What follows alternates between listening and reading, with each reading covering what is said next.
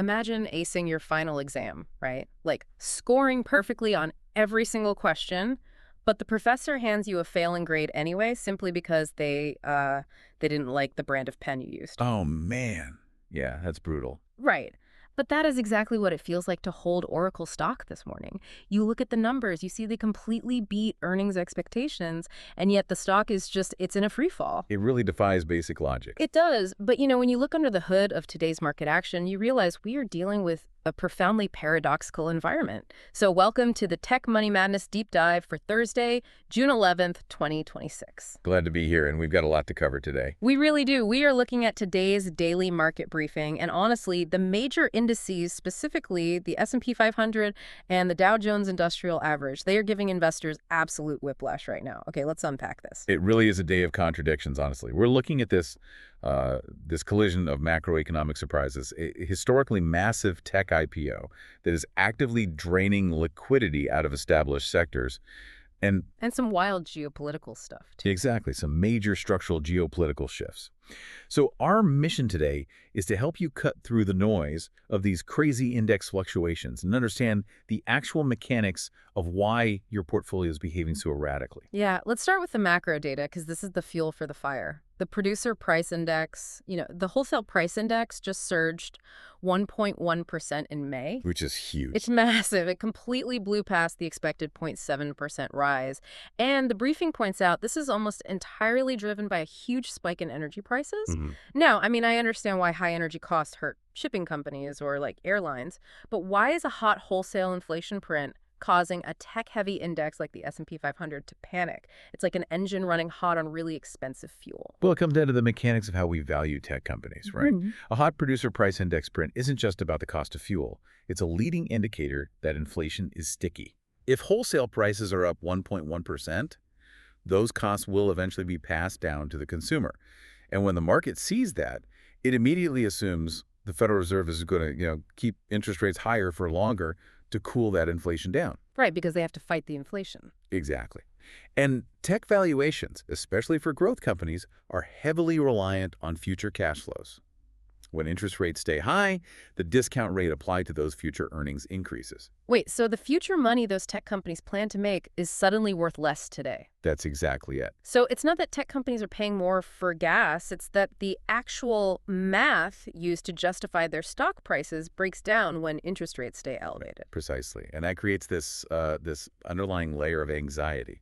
But what happens when you take a market that's already nervous about sticky inflation and you inject a heavy dose of geopolitical uncertainty into it?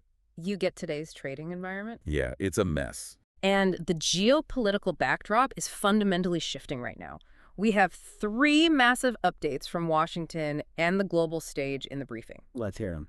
First, the U.S. House just rejected a short-term extension of Section 702 of the Foreign Intelligence Surveillance Act, or FISA. Wow. Yeah, that surveillance authority has officially expired. Second, President Trump announced the appointment of former SEC Chairman Jay Clayton as the National Intelligence Director. And third, Trump claims the Iran war has been settled, subject to finalization, and he's expecting a signing in the next few days. Those are massive developments. They are. Now, I want to be super clear here for everyone listening. Right. We are just reporting the facts of the geopolitical landscape today. Yeah. We aren't taking any political sides, right? We're completely impartial here. Oh, absolutely. The market doesn't care about your political leanings. Yeah, It only like- cares about the math of these decisions. Right, exactly. But I have to admit, I'm struggling to see the math here. How does an expired surveillance law in Washington actually move the needle on my stock portfolio? It's a great question, actually, and it comes down to structural liability in government contracts. See, Section 702 is the legal framework that allows the intelligence community to compel data from major U.S. tech and telecom companies. Okay, so like Microsoft and Google. Right. When that framework expires, you don't just pause the spying. You throw the legal compliance departments of giants like Microsoft, Google, and Amazon Web Services into absolute chaos. Because they still have all these data centers running, but suddenly the rules of engagement with the federal government are they're gone. Precisely. And without that legal shield, these tech companies face massive liability risks. Do they comply with requests and risk user lawsuits? Or do they deny requests and violate federal agreements? Oh man, that is a legal nightmare. It is. Furthermore, multi-billion-dollar federal cloud computing contracts often have stipulations tied to intelligence sharing. and expiration introduces a risk that funding for those contracts could be paused or, audited. The market hates uncertainty, and throwing a wrench into the legal infrastructure of big tech is a massive unknown. If we connect this to the bigger picture, the appointment of Jay Clayton to Director of National Intelligence adds another layer to that, right? Oh, definitely. Because you have a former financial regulator and SEC guy taking over the intelligence apparatus at the exact moment its legal authority is in limbo. It's a very unique transition. Yeah, it is. But I want to pivot to the Iran news because this feels like it leaps right back to where we started. If a massive conflict in the Middle East actually ends, wouldn't that be universally good for the markets? Well, long-term, stability is generally good. But short-term, you have to look at the immediate ripple effects on the commodity markets. Okay, like oil. Exactly. Peace in Iran could mean the lifting of certain sanctions or simply the safe passage of millions of barrels of oil that were previously bottlenecked by conflict. A sudden flood of oil supply into the global market would crash crude prices. Wait, but didn't we just say that energy prices are exactly what drove the wholesale inflation spike? Now you're seeing the loop. Oh, wow. Yeah, the market is pricing in the reality that today's hot inflation print might actually be a peak, assuming this Iran settlement finalizes and energy prices collapse. It forces institutional investors to violently recalibrate their models. That sounds chaotic. It is. They're trying to price in sticky inflation on one screen while preparing for an oil supply glut on another screen. That contradiction is exactly what is causing the major indices to whiplash. Okay, that explains the broader S&P and Dow movements, but underneath that broad whiplash, capital is flowing in a very specific, almost aggressive direction. Here's where it gets really interesting. Let's talk about the big one. We have to talk about the SpaceX IPO. This isn't just an initial public offering, it's like a financial black hole. It is genuinely unprecedented. The gravity of this event is warping the entire tech sector. SpaceX is officially going public with a valuation of nearly $1.8 trillion. Trillion with a T. It's a staggering number. Right. But the crucial detail from the briefing is that SpaceX plans to direct a percentage in the low 20s of the offering straight to retail buyers. Regular people managing their own brokerage accounts. Exactly. And to fund those upcoming SpaceX allocations, retail investors are aggressively liquidating their current tech portfolios. Like AMD and Micron are the top daily losers right now. Yeah, they are bleeding. But I have to push back here. Is the retail investor base really carrying enough capital to tank giants like AMD and Micron just to free up cash? Well, it's not that retail investors own the majority of those companies. It's about marginal pricing. What do you mean? Stock prices are determined by the last transaction at the margin. When you have a sudden, coordinated rush for the exits by millions of retail investors who need liquid cash to buy into a $1.8 trillion behemoth, there just aren't enough buyers stepping in at the current price to absorb that sell-off. Ah, I see. So the price has to drop until institutional buyers find it attractive again. It's a classic liquidity vacuum. But the irony is staggering. Retail investors absolutely love semiconductor stocks. They've been riding the chip wave for years, and now they're dumping their favorite chip stocks just to get a ticket on Elon Musk's rocket. What's fascinating here is they might actually be funding the very thing that disrupts the stocks they just sold. Wait, really? Yeah, the briefing notes that Elon Musk just addressed ASML employees. And ASML is the company that makes the highly complex, multi-million-dollar lithography machines required to manufacture advanced microchips. Exactly. You don't address ASML employees unless you are signaling a massive push into semiconductor manufacturing. Oh, wow. Yeah. SpaceX is no longer just an aerospace play or a satellite internet company. By signaling this pivot, Musk is announcing that SpaceX intends to vertically integrate its silicon production. They are actively stepping onto the turf of the very chip companies like AMD and Micron that retail investors are currently selling off. That is the ultimate irony of capital rotation. It completely redefines what the SpaceX IPO represents. It's not just a space company anymore. It's a vertically integrated tech conglomerate that is coming for the semiconductor market. That is a brilliant and brutal pivot. But it raises the question of how legacy tech companies are surviving this massive reshuffle, because chip makers are bleeding due to this retail rotation.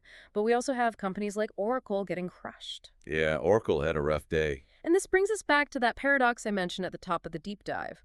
Oracle shares tumbled 11% today. But they beat earnings. They beat revenue expectations. So what does this all mean?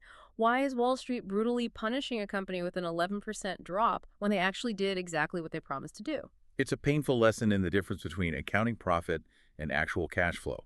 Yes, Oracle beat revenue, but the drop is driven by an increased capital raise and serious cash concerns. Right. Wall Street is currently obsessed with liquidity. When a company announces a capital raise, it means they are issuing new stock or taking on expensive debt to fund their operations. And if they issue new stock, it directly dilutes the value of the shares already in existence. Think of it like a pizza. If you own a slice of an 8-slice pizza, and suddenly Oracle decides to cut that exact same pizza into 12 slices to sell more of them, the overall pizza hasn't grown. Your individual slice has simply gotten smaller. That makes perfect sense. So the market isn't reacting to the earnings Oracle generated yesterday. It is terrified of the capital Oracle has to burn tomorrow. And what are they burning it on? AI infrastructure. Yeah. Which highlights a massive shift we're seeing across today's sources. Yeah. We are transitioning from the AI hype phase into the AI utility phase. Exactly. The market is getting tired of hearing about how smart a chatbot is. They want to see the monetization strategy. Absolutely. The tolerance for cash-burning AI research is evaporating. Investors want to see the price tag on the product. And we are seeing those price tags today. Now, we do still have some turf wars in the hype space, right? Right. Apple's new AI-powered Siri is making huge waves and potentially threatening the market share of Anthropic and OpenAI. And in response, OpenAI is set to acquire a company called Ona to support Codex, their coding assistant. But that's all still positioning. The real utility is happening with companies like Waymo. Waymo is one of the top gainers today because they just launched a premier subscription tier for $29.99 a month. That is a structural milestone. Waymo isn't selling future promises. They're selling a tangible utility, autonomous driving for a recurring monthly fee. It is actual, predictable cash flow generated by AI. But the development that truly stopped me in my tracks today comes from the financial sector.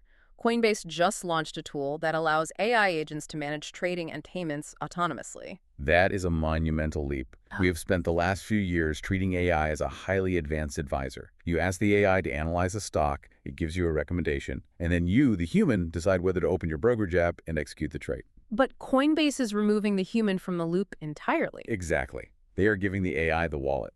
We are moving from AI as an advisor to AI as an autonomous economic actor. That's kind of scary. It is, but it's happening. These agents can analyze the market, hold crypto balances, pay transaction fees, and execute trades in milliseconds without asking for human permission. If we connect this back to Oracle, you see the divide perfectly. Right. Companies burning cash to build theoretical AI infrastructure are getting punished if their balance sheets look weak. But companies like Waymo and Coinbase, who are actively letting AI generate recurring revenue or manage actual money, they are being richly rewarded. That perfectly sets up the leaderboards for today because when you pull all these threads together, the day's movers and shakers tell a very cohesive story.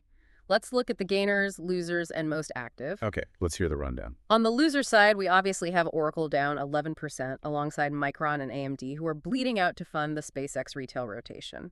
On the most active list, we have the impending SpaceX IPO, Apple riding high on its new Siri tech, and NVDA.